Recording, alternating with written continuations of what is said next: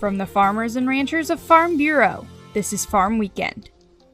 Farm Bureau is working to push the Farm Bill across the finish line in the House of Representatives. Chad Smith has more on why the time for passage is now. The U.S. House of Representatives may hold a vote this week on the full Farm Bill, approved on a bipartisan basis in the House Agriculture Committee. American Farm Bureau Federation President Zippy Duvall has been in repeated contact with lawmakers about moving this forward in the House. I've sent letters to every member of the House encouraging them to pass this Farm Bill. Farmers need the certainty that the Farm Bill provides. We need Congress to show farmers that they have their backs during this tough economic time. Duvall said the House Farm Bill proposal makes some long overdue changes. The current Farm Bill makes important updates in research and conservation. It also increases loan limits for farmers who are spending more because of rising expenses.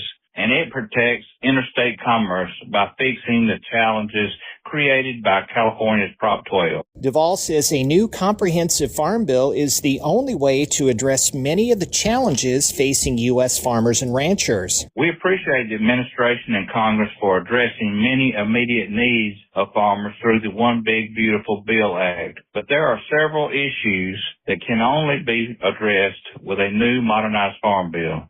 So much has changed since the last Farm Bill was passed in 2018. We need updates that will ensure farmers can continue to grow the food all American families rely on. Voice your support for the Farm Bill on the advocacy page at fb.org. Chad Smith, Washington. U.S. Supreme Court hears arguments on cancer warning labels for Roundup weed killer. More when Farm Weekend returns. The farmers and ranchers of Kansas Farm Bureau work daily to ensure they are raising the healthiest crops and animals with care to provide a safe and nutritious meal from their family to you and your family.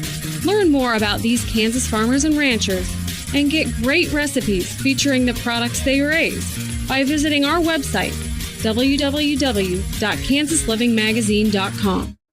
A Missouri state court decision could be overturned by the U.S. Supreme Court after a verdict favored a man who sued the maker of the popular herbicide Roundup, saying the product lacked a warning about cancer risk. Arguments focused on whether states can enforce their own pesticide labeling rules or if they must be consistent nationwide. The U.S. Department of Justice is backing Monsanto, the Missouri-based company, as it faces thousands of lawsuits claiming Roundup exposure increased cancer risk and that the company failed to warn consumers. John Durnell, a St. Louis resident, sued the company in 2019, saying that the exposure to the product over 2 decades led to his non-Hodgkin lymphoma. He was awarded $1.25 million by a Missouri trial court, though the Supreme Court appears inclined to favor federal authority. Next, Insight with Greg Deering. Hey, farmers and ranchers, in the hustle of the day, don't forget to tend to your own well-being.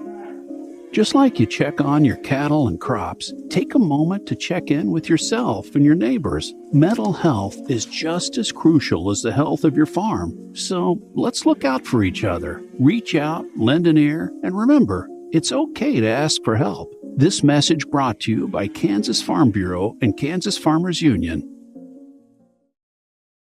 Now, Insight with Greg Deering. Like many who grew up in rural Kansas, my first job was opening gates on my grandparents' ranch. I earned the title of gate getter early, but it took a while before I could open every gate, and even longer to realize I was part of an informal apprenticeship. The heavy gates at the corral were easy, solid, hinged, predictable, but out in the pasture, things were different. Wire gates stretched tight, held with a loop, and opened with the cheater bar.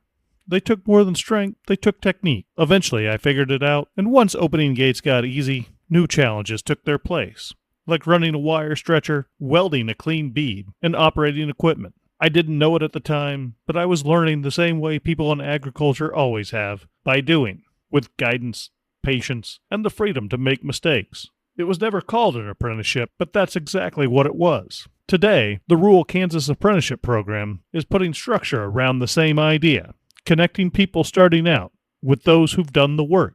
To learn more, visit kfb.org/RKAP. Join us next week for another edition of Farm Weekend from Kansas Farm Bureau, the voice of agriculture.